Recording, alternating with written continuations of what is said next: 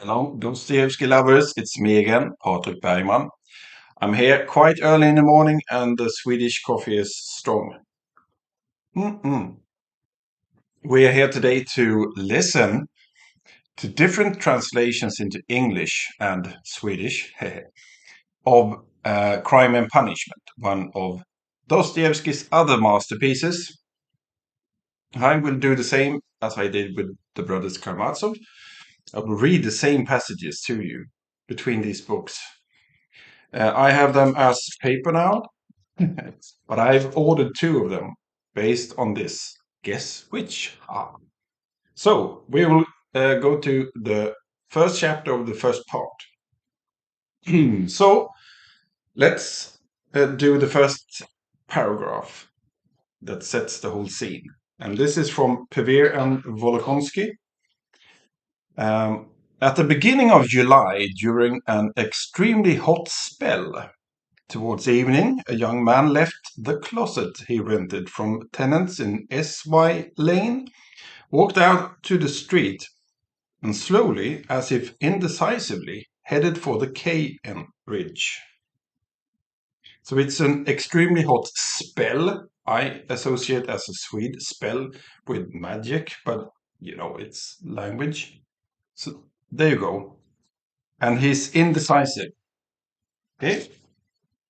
Let's go with Michael Katz, the Norton Critical Edition.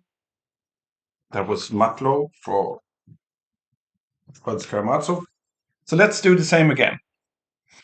In the beginning of July, during an extremely hot spell, toward evening, a young man left his tiny room, which he sublet from some tenants who lived in Stolarny Lane, stepped out onto the street, and slowly, as if indecisively, set off towards the Kokushin Bridge. So now all of a sudden, the names of the lane and the bridge are written out in full. Otherwise, it's just K-N, but here it's Kokushin Bridge. It's still, with Michael Katz, an extremely hot spell, but he left his tiny room, but with Pevear and Volokhonsky, he left the closet that he lived in. Okay, good. No, it's James Hardy. Nice books I have. Okay. Early one evening, during an exceptional heat wave, in the beginning of July, a young man walked out into the street from the closet-like room he rented on Stolyarny Place. Slowly, as though he could not make up his mind, he began to move in the direction of the Kokushin Bridge. So this is quite different. It's an exceptional heat wave that I can directly see. And he has a closet-like room instead of a tiny room or the closet. So they are more or less circling around the same thing here. And okay, let's do Oliver Ready. Illustration, everything. The same thing. In early July, in exceptional heat, towards evening, a young man left the garret he was renting in SY Lane, stepped outside, and slowly, as if in two minds, set off towards KN Bridge. So this is a completely different language. It's in exceptional heat. It's not a heat wave. And he left the garret, not the closet or closet-like. And here the names of the lane and the bridge, they are not spelled out either. Okay, so let's begin again, and soon the Swedish ones will come in, because I stopped to think about what is his mind like this day, this beautiful day in Petersburg. Okay, so let's go back to just further down the page with Pevear and Volokhonsky. Swedish coffee first. I mean, the coffee is not Swedish, but we do it in, yeah. whatever. Okay. It was not that he was so cowardly and downtrodden, even quite the contrary, but for some time he had been in an irritable and tense state, resembling hypochondria. He was so immersed in himself and had isolated himself so much from everyone that he was afraid not only to meeting his landlady, but of meeting anyone at all. He was crushed by poverty, but even his strained circumstances had lately ceased to burden him. So cowardly and downtrodden, it's hypochondria. He was crushed by poverty. Okay, let's do the next one. Michael Katz again with the staircase. It wasn't that he was so fearful and cowed. In fact, it was just the opposite.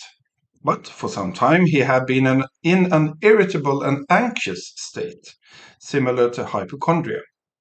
He had become so absorbed in himself and so isolated from others that he was afraid of meeting anyone, not only his landlady. He was crushed by poverty, but even his constrained circumstances had ceased to burden him of late. So now he's fearful and cowed instead of cowardly and downtrodden. And it's still hypochondria, yep. And he is crushed by poverty. Man. James Hardy, black and red. Not that he was cowardly or abject, quite the contrary. For some time, though, he had been tense and irritable in a state resembling acute depression. He had plunged so far within himself into so complete an isolation that he feared meeting not only his landlady, but anyone at all. He had lately ceased even to feel the weight of the poverty that crushed him. So, again, now it's cowardly or abject, not fearful or cold or cowardly or downtrodden. So we have many ways of describing his state of mind. Hardy, as you heard, introduced that it's resembling acute depression, while all the others they talk about hypochondria. And he feels the weight of the poverty that crushed him. So it's still something that's crushing him. It's poverty. It's also other things I know. Okay, now it's Oliver Reddy again. Not that he was really so very craven or browbeaten. Far from it. But for some time now, he'd been in an irritable, tense state of mind, not unlike hypochondria. He'd become so self-absorbed and so isolated that he feared meeting anyone, not just his landlady. He was being suffocated by poverty, yet lately even this had ceased to bother him. So this is again quite different. Now it says craven or browbeaten. It's many of these words. I know English, but it's like this is very special. Okay, and you have hypochondria again, but now he's suffocated by poverty. And craven and browbeaten. So now it's go Sweden go. Ellen Redelius. For example, when she said that when they talk about craven or browbeaten or abject or whatnot, she says in Swedish, yes. Till sin natur var han ingalunda särskilt feg eller bortkommen. Tvärtom, men sedan någon tid befann han sig i ett retligt, nervöst tillstånd som påminde om hypokondri. So what she is saying is that in his nature he was not a coward or lost. Bortkommen is like, oh, where am I? feg, coward. And he's in an irritable and nervous state that reminds of hypochondria. And if we also read about the boredom, is it crushing him or not? She says, han pinades av sin fattigdom. Men till och med hans betryckta ställning hade på sista tiden upphört att besvära honom, which is a bit formal. But pinades av sin fattigdom. So here is another verb. What does the poverty do to you? Well, it could crush you. It can suffocate you, which is probably short. You get crushed by the economy, probably over a long time. Pina is like, it's just pure pain for you. So that's another way of expressing it. And then you have Hans Björkegren. And let's see what he says. He says, inte för att han var särskilt feg eller lättskrämd av sig, snarare tvärtom, men på sistone hade han råkat i ett tillstånd av retlighet och överspändhet som liknade hypochondri. So he's back to saying that he was neither a coward or easily frightened. And he's irritable and very tense, more like. Överspändhet. That's the Swedish word for nadriv. So, and it's hypochondria. And then he said that han var kuvad av sin fattigdom. So that's like he's out of ways to move. Kind of he feels not beaten by it, but kuvad. That's a good word. Yeah, he lacks the freedom to do anything, really. So there you have it. Just by reading on the first page this novel now you heard me read Swedish as well, you hear the different words they're using.